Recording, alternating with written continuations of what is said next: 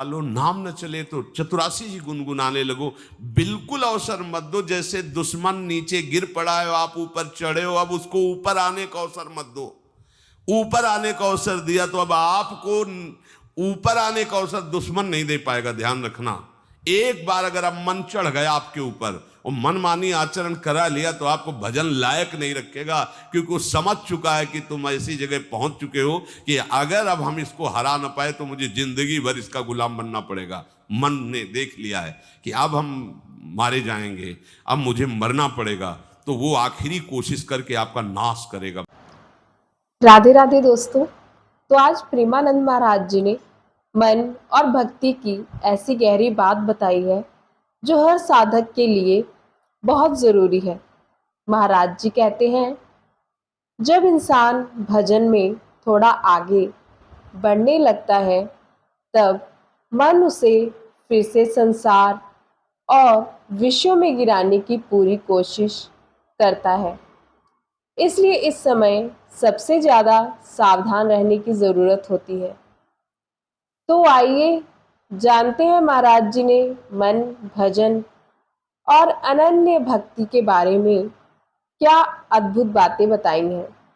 तो वीडियो में बने रहिए और आइए सुनते हैं हम आगे का। बस आप सावधान हो, इस समय आपके घुटने उसकी गर्दन के ऊपर है ऐसा समझो, क्योंकि सदगुरु आश्रय, संत आश्रय, सत्संग, नाम धाम आश्रय। अब वो विचलित हो रहा है, भड़बड़ा रहा है, कोई तो मिले ऐसा, थोड़ा तो हमें जीवन दान दे, क्या विषय भोग, थोड़ा तो मुझे विषय सेवन करने को मिले।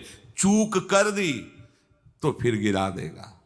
परमहंस श्री ओंकारानंद सरस्वती जी ने जब बिल्कुल नई अवस्था में सामने उनके गए तो उनका अच्छा बच्चा, बड़े भाग्यशाली हो, वैराग्य मार्ग में आए हो, पर ध्यान रखना, एक सांप को जब बंदर पकड़ता है तो बोले ऐसे ऐसे जड़ में रगड़ता, फिर देखता, सू तो नहीं बोला, फिर रगड़ता है, और वो मरने पर भी रगड़ता ही रहता है कि कहीं इसमें जान न। बोले बस ऐसे ही साधु को, साधक को, उपासक को अपने मन को रगड़ना है। राधा वल्लभ श्री हरिवंश, राधा वल्लभ श्री हरिवंश, राधा वल्लभ श्री हरिवंश।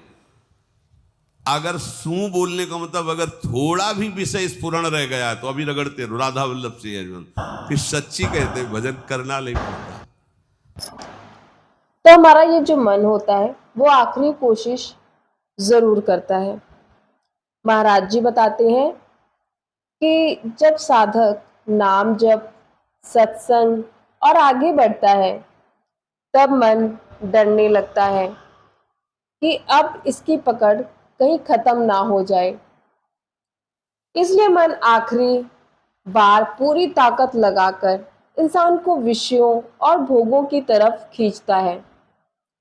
अगर इस समय साधक सावधान रहा तो भक्ति में बहुत ऊंची अवस्था पर जा सकता है, लेकिन अगर चूक गया तो फिर मन उसे नीचे। जैसे भजन थोड़ी करना पड़ता है ही नहीं, भजन किसी और कुछ क्या करे, कुछ है ही नहीं यंत्रों में, वो स्फूर्त केवल वही हो। अब उसको भजन थोड़ी करना है, रह ही नहीं गया, कुछ करना ही नहीं रह गया है। हंस रहे, खेल रहे, बात कर रहे, खा रहे, पी रहे, चल रहे, खाड़े बैठे परे उताना, कबीर काहे हम राय ठिकाना, हर समय। पर वो स्थिति प्राप्त करने के लिए निरंतर अभ्यास की आवश्यकता है। जो मेरा सदैव चिंतन करता रहता है, दिव्य परम पुरुष का साक्षात्कार उसको अपने चित्त में ही हो जाता है। चित्त स्थान भगवान वासुदेव का है। शरीर छोड़ने के बाद नहीं, शरीर रहते ही ऐसी आनंद की वृत्ति उदय होती है, अब उनके लिए शब्द ही नहीं तो क्या वर्णन करें। ऐसी आनंद की, उसी आनंद में वो आनंद समुद्र प्रभु प्रकाशित होने लगते हैं। पर उस आनंद में जहां आपका थोड़ा प्रवेश होता है, आप उलझ करके विषय की तरफ चले जाते हैं। ध्यान देना हमारी इस बात को, यह अनुभवगम्य बात कहते हैं। जब आपको भजन का थोड़ा आनंद मिलेगा तो आप थोड़ा निश्चिंत जैसे होते हैं, उसी समय मन आपको विषयों में फंसा देगा। जब आपको भजन का अभ्यास बढ़ने लगे, आनंद मिलने लगे, तो आपको उदासीनता बढ़ानी है, हंसना नहीं है, लोगों से मिलना नहीं, खेलना नहीं है, क्योंकि इस समय चढ़ाई का है। आनंद स्फुरित होने लगा, बचाओ, बिल्कुल आसपास से सुरक्षित हो जाओ। वो आनंद ही आपको ऊपर ऐसी स्थिति में ला देगा जहां ये विषय नहीं ले जाए। भजन का आनंद मिलते ही सावधान हो जाओ। महाराज जी कहते हैं कि जब भजन में थोड़ा आनंद आने लगे तब सबसे ज़्यादा सावधान रहना चाहिए, क्योंकि उसी समय मन इंसान को लोगों, विषयों और संसार में उलझा देता है। इसलिए साधक को एकांत, नाम जप और प्रभु चिंतन बढ़ाना चाहिए। उस समय जितना संसार से मन हटेगा उतना भगवान के करीब महसूस। भगवान कह रहे परमम पुरुषम दिव्यम याति पार्थानुचिंतयन्, जो निरंतर अभ्यास चिंतन का करता है उसे चित्त में ही भगवत साक्षात्कार हो जाता है। अगर आप सावधान नहीं रहेंगे, चिंतन सही नहीं रहेगा आपका, तो किसी भी अवस्था में ये विषय चिंतन छूटने वाला नहीं। अभी हमारे पास अवसर है, अभी हमारे पास समय है, चूको मत। ये बहुत सूक्ष्म लड़ाई है, ये कोई बाहर के लाठी डंडा गोली वाली लड़ाई नहीं है, ये अंतर की लड़ाई है। इसमें बड़े बड़े हार जाते हैं। अगर कोई जीत पाता है तो एकमात्र भगवान को समर्पित चित्त वाला जीतता है। हमें लगता है आपको बढ़िया समर्पण का अवसर है। अब आप ये जो मना किया जाता है, उन विषयों का भोग करते हैं, विषयों का सेवन करते हैं, तो फिर ऐसा लगता है अब हम नहीं कर पाएंगे, हमारे पास कोई चांस नहीं रह गया कि अब आपको संभाल सके। इसलिए आप सहयोग कीजिए। ये बाहरी आनंद 4 दिन का है, मान जाओ, बाहरी आनंद। ये श्री जी के मार्ग के लिए हम कह रहे हैं किसी जन्म में भगवत प्राप्ति करनी है। अगर आप नहीं कर मानोगे, मनमानी आचरण करोगे तो भ्रष्ट हो जाओगे। ये संसार का स्वरूप है, किसी न किसी बहाने से वो आपको सतमार्ग से हटाएगा। ना किसी को घर आने दो, ना किसी के घर जाओ, ना किसी को रंग लगाओ, ना किसी से रंग लगवाओ। अपनी प्रिया प्रीतम के साथ होली खेलो। यहाँ जो सत्संग हो रहा है ठीक है, सुना, एकांतिक किया, कुटिया में जाओ चुपचाप, अपने श्री जी को रंग लगाओ, श्री जी के सामने पद गाओ, श्री जी के सामने नाचो, उन्हीं तो भावना में उनके साथ खेलो, किसी और की जरूरत नहीं। कोई अब दूसरा हमें छुए, दूसरा कोई हमारा अपना बने, अब हमें जरूरत नहीं है। देखो हमारी भाषा समझ में आ रही हो तो समझ लेना, नहीं बाद में पछताओगे। किसी को भी अपने साधन कक्ष में प्रवेश मत दो, किसी को अपनी कुटिया में मत आने। अब आप यहाँ गृहस्थ नहीं हो, यहाँ भी रह रहे हो, भले गृहस्थ वेश में रह रहे हो, आप वनवासी हो, आप श्री जी के उपासी हो, कोई व्यवहार की जरूरत नहीं। जब ऐसे रहोगे तो श्री जी आएंगे आपसे खेलने। निष्ठा, हृदय में निष्ठा। अब व्यवहार की गुंजाइश नहीं रह गई, हमारे पास समय नहीं व्यवहार का। हमारी बातें मान लो, पर आप लोग मानते नहीं हो, इसलिए कोई रंग नहीं चढ़ पा रहा। अरे वो बेचैन है आपके साथ खेलने के लिए, उनकी तरफ जब देखो ना तो बेचैन है, पर उनकी तरफ कोई देखना ही नहीं चाहता। वो तो यहीं से फुर्सत नहीं मिलती भोगों से खेलने के लिए, संसार के राग में खेलने के लिए। अरे वो तो लालायित है, वो तो खुशी हो रही है कि ये हमारा शरणागत हो गया, अभी हमारी सहचरी बनेगा, हमारी सेवा में आएगा। शरणागत हो करके पीठ कर लिया श्री जी की तरफ, मुख कर लिया संसार की तरफ, तो दोनों लाड़िले उदास बैठ जाते हैं। अब क्या करें, ये तो उधर मुख करके जा रहा है, चलो फिर कभी लौटेगा, वो फिर इंतजार कर रहे हैं। विमुख भये निमिषो न अकृपा जब चिते तब। खूब अभ्यास करो नाम। जब कोई होली दिवाली त्योहारी, हमारा सारा त्योहार लाडली लाल से है, इन्हीं के साथ खेलो। देखो तुम्हें बताएं, जो बच्चा बाहर खेलने नहीं जाता तो माता पिता उसके साथ खेलने लगते। कैसे? घुटने के बल चल रहा है तो वो पिता भी घुटने के बल चलेगा उसके साथ साथ। वो तोतली बोलेगा तो वो भी तोतली बोलेगा। देखा है कभी ऐसा? ऐसा कर। तो ये हमारे स्वामी भी जब देखेंगे कि अरे ये तो किसी से राजी नहीं है, केवल हमसे खेलना चाहता है, इनके लाने का एक ही उपाय है, ध्यान रखना, अनन्य व्रत नहीं चाहिए हमें। और जैसे कल आप सुन रहे थे, पपीहा बन के रहू रे, बस यही चातक व्रत नहीं चाहिए। अनन्य प्रेम ही भगवान को आकर्षित करता है। महाराज जी कहते हैं कि भगवान उन्हीं के पास आते हैं जो केवल उन्हीं को चाहते हैं। अगर हमारा मन हर समय संसार में ही उलझा रहेगा तो प्रभु से गहरा संबंध नहीं बन पाएगा।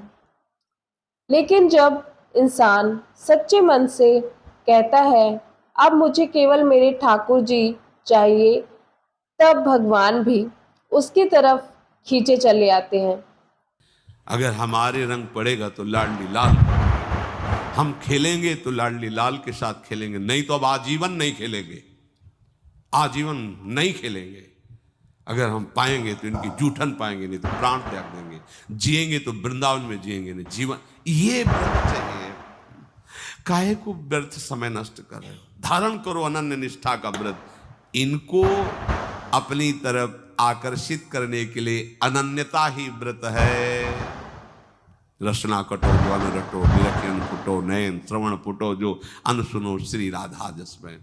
कोई भी सत्संगी कोई व्यसन न करे, अन्य किसी से संपर्क न करे, खूब पद गाओ, खूब नाचो, अपना दरवाजा कुटिया का बंद करके खूब रो, नाचो, खेलो, कूदो, उन्हीं से वो खेलने लगेंगे। उनको चैन नहीं है आपके सिवा, आप चैन से रह रहे हो। हमारे प्रिय प्रीतम आपका इंतजार कर रहे हैं, तभी आप पर हेतु की कृपा की। ये बात अंदर की समझो, प्रिया प्रीतम अंदर से आपको बहुत प्यार करते हैं, पर हम देखते हैं कि आप प्रिया प्रीतम से प्यार नहीं करते। आप संसार की तरफ बढ़ते जा रहे हो, हाथ फैलाए खड़े, मेरी तरफ आ जा। ये हमारे भगवान नहीं हैं, ये हमारे लाडली लाल हैं। हम इनको भगवान नहीं, ये तो प्रेम के खिलौना दो खेलत है प्रेम के। हमारे रसिकों ने इनको भगवान नहीं माना। अगर कोई संकट आया तो अपने आंचल में छुपा के इनको लेके भागे। ये नहीं सोचा कि अखिल लोक ब्रह्मांडों का ईश्वर, इसको छुपा के भागने की क्या जरूरत है। चाहे बिहारी जी को, चाहे राधा वल्लभ लाल को, जब कभी कोई ऐसा भय आया है तो ऐसा नहीं सोचा कि भगवान रक्षा करेंगे, नहीं, इनकी रक्षा हमें करनी है। इनको छुपा करके, कभी कामवन में राधा वल्लभ लाल को, कभी बिहार वन में से बिहारी जी महाराज, छुपा छुपा के अपने अपने ठाकुर। हमारे ये लाडले हैं, प्यारे हैं, इन्हीं के साथ खेलना है, इन्हीं में रहना है, अब इन्हीं के पास रहना है, इन्हीं में रहना है। दो बात ध्यान रखो, इन्हीं के पास रहना है, इन्हीं में रहना है, बस। अब यही हम नहीं कर पाते, वही जो शुरुआत सत्संग में की थी, सबकी ममता तागवतूरी मम पद मने। ये भारी बात है, भारी बात है। जितनी जल्दी आप उदास हो जाओ संसार से, उतनी जल्दी मुस्कुराहट आ जाएगी प्रिया प्रीतम के मुख में आपके लिए। आप जब मुस्कुरा रहे उधर, तो वो उदास बैठे कि हमारी तरफ क्यों नहीं देख रहा। अब हमें अपने प्यारे को उदास नहीं करना, प्यारे को मुस्कुराहट से युक्त करना है। क्या हम उदास हो ताते मौन रहे वो उचित है, जगते भयो फिरे बैरागी, वृंदावन रस में अनुराग। खूब चिंतन परायण रहो, कोई भी विषय का सेवन ऐसा ना करो जो आपकी बुद्धि भ्रष्ट कर। कोई आपने ऐसा गंदा व्यसन, गंदी बात, गंदी चेष्टा, आप परसों नरसों, फिर आगे क्या, आपका जो साधन मार्ग वो ढक जाएगा, फिर प्रमाद छा जाएगा। हमें किसी भी उत्सव में, किसी भी उत्साह में अपनी प्यारी जो की अनन्यता और सिद्धांत को नहीं छोड़ना, अपने मार्ग में चल। ये अध्यात्म है, अध्यात्म। ये दान पुण्य की बातें नहीं है, ये लोकांतर में भटकने की बातें नहीं है, सीधे भगवत प्राप्ति की बातें हैं। यत करोषि, जो भी तुम करोगे वो तुम्हें अपने आराध्य देव के लिए करना है, आराध्य देव को समर्पित करना है। देहाभिमान अभी कुछ ही समय में गलित हो रहा है, ऐसा आपको अनुभव होने लगेगा। संसार का सुख कुछ दिनों का होता है। महाराज जी बार बार समझाते हुए कहते हैं कि संसार का आनंद केवल थोड़े समय का होता है, लेकिन भगवान का प्रेम और भजन का आनंद अनंत है। इसलिए जो समय मिला है उसे व्यर्थ बातों और विषयों में ना गंवाकर भगवान के नाम में लगाना चाहिए, क्योंकि यही जीवन का सबसे बड़ा। कैसे समझेंगे? देहाभिमान गलित हो रहा है। जब आपका अपमान हो और आपको कोई फर्क न पड़े, आपका सम्मान हो, आपको कोई हर्ष नहीं हुआ, बड़ा लाभ हो गया, कोई सुख नहीं हुआ, बड़ी हानि हो गई, कोई दुख नहीं हुआ, शरीर स्वस्थ है, कोई हर्ष का विषय नहीं, शरीर अस्वस्थ है, कोई शोक का विषय नहीं। यह है देहाभिमान गलित होने का स्वरूप। यत करोषि, तो जो भी हम करें, पापाचरण भी करें तो श्री भगवान को अर्पित कर दे। बोले नहीं, तस्मात् शास्त्रम प्रमाणम ते कार्याकार्यो व्यवस्थितो, जो तुम्हें करना है उसमें प्रमाणित कार्य करने हैं शास्त्र के अनुसार। यत करोषि, अब जो भी करोगे शास्त्र सम्मत करोगे और प्रभु को समर्पित करोगे, देहाभिमान बहुत जल्दी गलित हो जाएगा। यदश्नासि अशन भोजन, जो भी पाओगे पहले प्रभु को भोग लगाओगे, देहाभिमान गलित हो जाएगा। मान लो मेरी बात, ये सब 4 दिन के उत्सव, 4 दिन की चांदनी है। शोक समाज पूरा तैयार हो रहा है हमारे ऊपर आक्रमण करने के लिए। तुम्हें क्या पता, शोक का अंधेरा छाने के पहले ही व्यवस्थित जहां पहुंचना है वहां पहुंच जाओ, फिर अंधेरा छा जाएगा, कोई फर्क नहीं पड़ेगा। अभी आप यात्रा ही नहीं प्रारंभ किए हैं और अंधेरा आ गया तो मार्ग ढक जाएगा और जीवन व्यर्थ चला जाएगा। कुछ भी मत खाओ। कैसी धूर्तता हमारी बुद्धि में बैठी है। रसेंद्री की तृप्ति के लिए हम गुरुजनों की आज्ञा को रौंद करके चंद विषयों का सेवन करते हैं। धिक्कार है जीवन को। यदि आज्ञा उल्लंघन करके अमृत भी पीने को मिले तो विष हो जाएगा, ध्यान रखना। तो दोस्तों, महाराज जी की इन बातों से हमें यही सीख मिलती है कि भक्ति मार्ग बहुत सूक्ष्म है और इसमें हर समय सावधान रहना पड़ता है। अगर हम सच्चे मन से भगवान का नाम पकड़ लें और संसार से मन हटाकर प्रभु में लगा दें तो जीवन धन्य हो सकता है।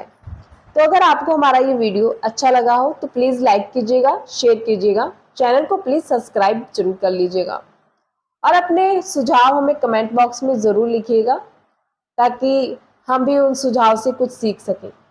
तब तक के लिए राधे राधे। मिलते हैं हमारी नेक्स्ट वीडियो में। राधे राधे।